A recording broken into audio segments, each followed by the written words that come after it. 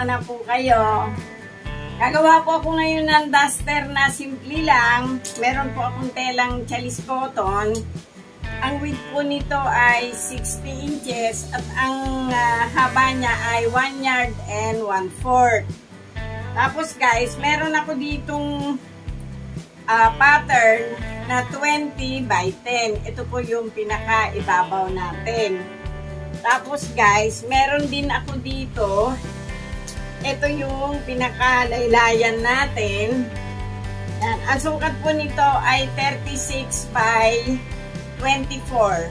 Bali, yung paikot po ng katawan nito ay 48 inches. Gagawin po muna natin yung pattern bago po tabasin yung tela natin. O guys, ito na yung pattern natin na 20 by 10. Pag-ibabaw po ito. Itong 20 by 10, kukuha tayo dito ng 7 inches. Shoulder po ito. Pag ginuhitan nyo na 7 doon, bumaba rin kayo ng 7 dito. Tapos, i-connect nyo po yung 7 doon sa baba, papunta dito sa 7 sa taas. So, ito yung pinakaibabaw natin. Bumaba kayo dito ng 1 inch. Yung 1 inch, i-connect nyo po dito.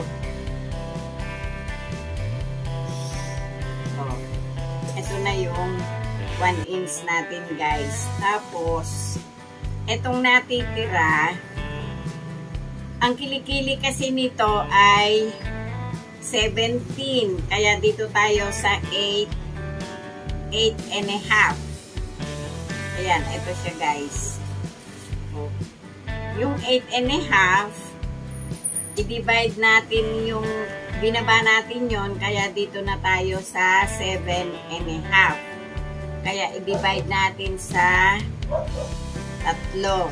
Yan, 2 and a half at saka 5. Dito, pumasok kayo ng 1 inch at dito ay 1 inch din. Ngayon, ang body nito guys, itodo na natin itong 10. Bali doon na yung bagsak ng 10 natin. O, ayan. Ngayon guys, yung 10 na yon na pinaka-body, ikurbada nyo na po dito. Yun. Pumasok po kayo doon. Umanding kayo dito. At pupunta po tayo dito. Ayan. Ngayon guys, gupitin na natin ito.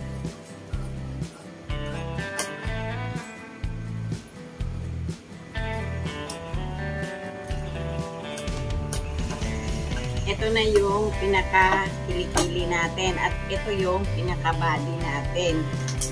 Tapos guys, dito yung pinaka-neck, gumuhit kayo dito ng 3 inches, tapos bumaba kayo dito ng 7 inches. Yung 3 inches at saka yung 7 inches, i-connect nyo. So, ito na guys. Gupitin natin yung 3 doon, bumaba na 7. Dito sa 7, gupitin nyo pataas. Yan. Ito po yung pinaka-ibabaw ng duster natin. Ngayon, ito guys, yung pinaka-laylayan natin. So guys, ito na yung tela natin na 1 yard and 1/4 na 60 ang width. So, itong laylayan, yan. Gupitin na po natin. Yun.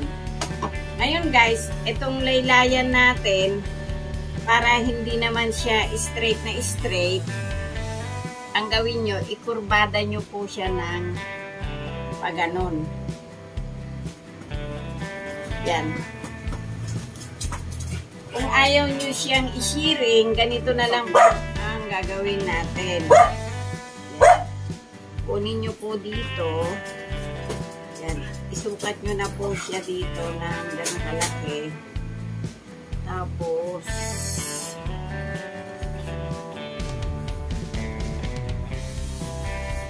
dito din po sa kabila.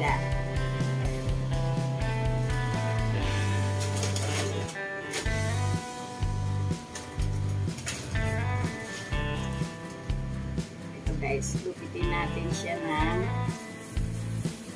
naka-slide.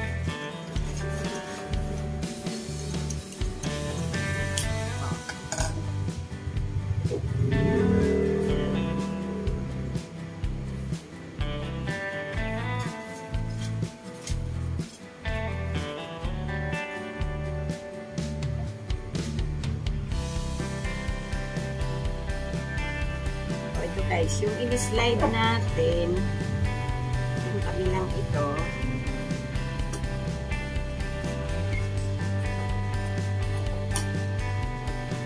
ilagay po tayo dito ng kagayan natin ng packet. O, ito guys, ito yung ginupit natin. Ito yung may urea, yan, dudugtungin natin ito, at ito yung front, yung buo. Ayun guys, dito, bumawas kayo dito ng 2 inches. Kurbada nyo po siya doon. Okay na po yung skirt natin. Yan po yung pusa ko. Michiko. Ngayon, dito na po tayo sa body.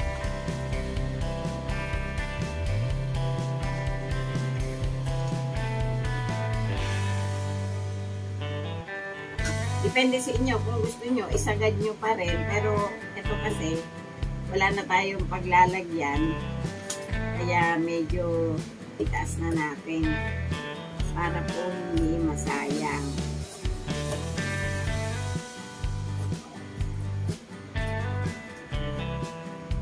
Kung matangkad po yung igagawa nyo, todo nyo po yung tela nyo. Pagdating dito guys, huwag kayong dumiretso.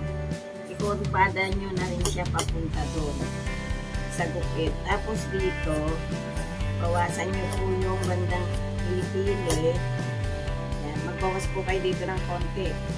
Konti lang. O, ito na yung ibabaw natin. O, yan guys. Ito yung dalawang pang-ibabaw, yung front tsaka yung back. Ang gagawin natin, lalagyan natin itong facing. Ito guys, oh, yung natira sa kilikili, ginawa natin ganito. Ididikit natin ito dito, ganun din sa kabila. Tapos, ipapakita ko sa inyo kung paano siya idugtong mamaya. Nakakuha na pala ako ng pambulsa guys. Ito, kailangan malambot yung tela natin. O, ito guys, idinikit muna natin yung facing, yan. Ito yung pinaka-front at ito yung pinaka-back. Tapos, in-overlock ko na yung dalawang tabi. Yan. Ngayon, yung pinagtapusan nung karayom, yung tahi, gupitan po natin ng, huwag nyo pong isama yung sinulid. Yan. Gugupitan po natin ng ganito. Tapos guys, iwa 1/16 ko muna uli dito. O, eto na guys, o. Lalagyan na natin ng 1/16 yung tabi. Ganun din yung isa. Ngayon, nung malagyan natin, eto, nakadapa. Tapos, itong isang may facing, itihaya natin. O, eto siya guys, o. Pagdikitin nyo yung shoulder, tapos itong dalawang to, pagdikitin nyo din. O, ito siya guys. Makakapa nyo naman doon. Lagyan nyo siya ng aspile. Ayun o. At doon sa tabi nyon ay lalagyan din ng aspile. Ganun din ito guys. Ito, tsaka ito. Pagdikitin nyo, yung tinahian nyo ng bias, ng facing, doon nyo i-fold pabalik sa shoulder. Tapos, lagyan nyo uli ng aspile. At ito guys, shoulder na to, lalagyan din natin ng aspile. O yan, itatahi ko uli. O, ito na yung ating nilagyan ng facing guys. Yan. Ito o, okay na siya. O. Tapos, mamaya, papasadahan natin dito. Pagka kasi yung facing nyo ay kasukat nito, magiging ganito siya ka-flat, guys. Yan. O, ito na. Ngayon, yung kilikili, babayasan natin. Ito yung natira nating tela kanina. Mga mugmug na. Yung pagdudugtong ng bayas, yung iba po kasi hindi marunong. Katulad po nito, nakaganon. Ito naman, ganito lang. Ipatong nyo siya dito. Yan. Yun pong kanto na yon, tsaka po itong kantong to, ito po yung pagdidikitin natin. O, tara guys. O guys, ito na yung dinugtong natin bias. O, diretso lang siya. Kahit na siya ay putol-putol. Kasi ito yun, yung inekis natin. Yan, ito. O, yung kanto doon at kanto dito. Pag ito ay pinagdugtong nyo, gupitan natin dito. Tuwid siya guys. O babayasan ko na yung kilikili nito at ipaplat na natin yung facing niya sa harap. O guys, ito na yung ibabaw ng duster natin. Ayan, itahi ko na.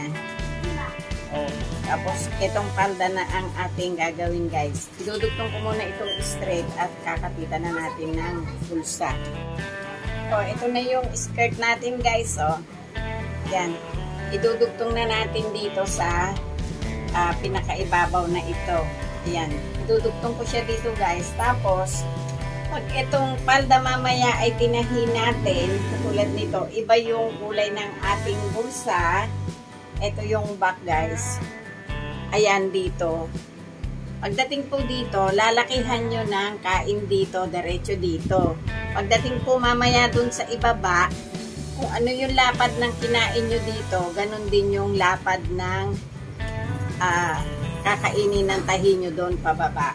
O yan guys, idudugtong ko na at isa-side close na rin natin. O guys, ito tapos na yung duster natin. Ilagyan ko ng konting garter yung parteng likod at ang likod nito yung may dugtong. Yan, susukat natin sa manikin. Oh guys, yan na yung tinahi natin na walking duster. Yan. Yan na siya guys. Yung likod niyan merong konting garter at ang yardage niyan ay 1 yard and 1/4 lang. 60 ang width niyan guys. Sana may nakuha kayong idea na konti sa gawa ko ngayon at sa mga nanonood. Thank you! At huwag niyo pong kalimutan mag-subscribe, mag-like, paki-share na rin po. Salamat!